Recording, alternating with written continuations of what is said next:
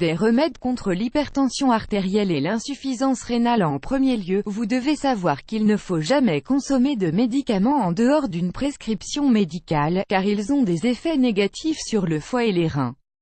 Mais, saviez-vous que l'hypertension artérielle est également l'un des pires ennemis de nos reins?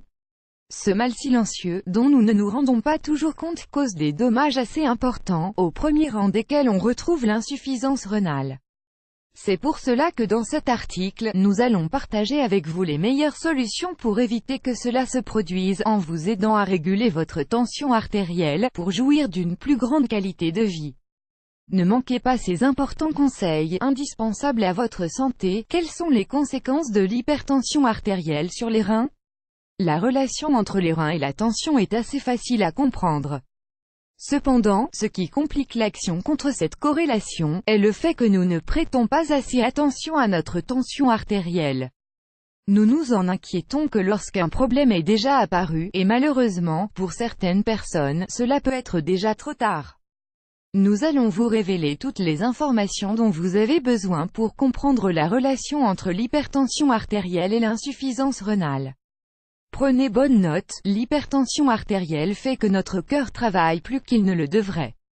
Si cette surcharge se poursuit durant un certain temps, les vaisseaux sanguins et les artères commencent à se détériorer, et les dommages sont parfois irréversibles.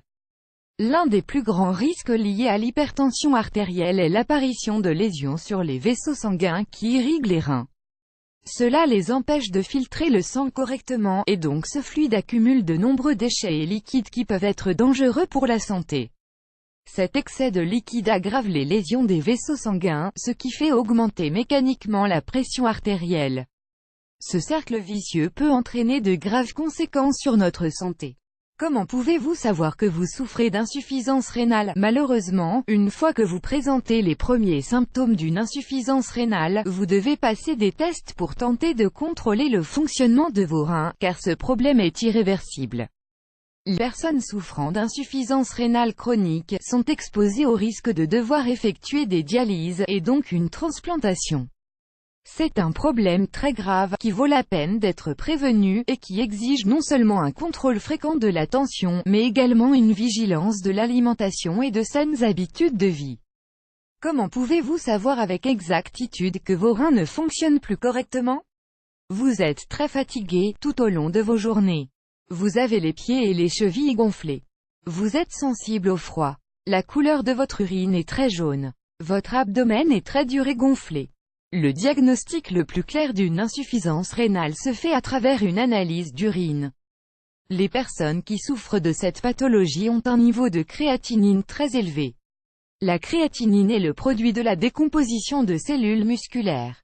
Lorsque les reins fonctionnent correctement, la créatinine passe dans le sang, puis dans l'urine, et elle est éliminée par les mixions. Mais si la fonction rénale est déficiente, la créatinine est accumulée par l'organisme. C'est donc un indicateur fiable de la présence d'une insuffisance rénale, qui est détectée via une analyse d'urine. Comment pouvez-vous prendre soin de votre tension pour ne pas endommager vos reins? Maintenant que vous avez compris l'importance de prendre soin de votre tension artérielle pour éviter de souffrir d'une insuffisance rénale, prenez note des conseils que vous devez suivre pour le faire correctement. Évitez de prendre trop de poids. Maintenez un poids adapté à votre taille et à votre âge. Mangez des légumes et des fruits frais, notamment des légumes verts et tous les fruits diurétiques, comme l'ananas, la poire, le raisin, les myrtilles, etc. Ne consommez pas de laitage contenant trop de graisse, préférez les boissons végétales à l'avoine, au riz ou aux noix. Dans la mesure du possible, évitez la consommation de sel. Éliminez-le entièrement de vos repas, tout comme le sucre et les farines blanches raffinées. Faites une demi-heure d'exercice par jour. Ne vous essoufflez pas trop, faites en sorte qu'il vous permette seulement d'activer votre fonction cardiaque et votre circulation sanguine. Vous pouvez, par exemple, aller marcher, faire du vélo, aller nager, ou prendre des cours de danse. Vous pouvez boire jusqu'à un verre de vin par jour, mais n'excédez pas cette quantité. Si vous êtes fumeur, essayez d'arrêter cette habitude si nocive. Prenez des compléments de vitamine D, une substance excellente pour la santé rénale. Consommez une cuillerée de bicarbonate de soude, dissoute dans un verre d'eau, par jour. C'est un produit alcalinisant qui vous aidera à réguler votre fonction rénale.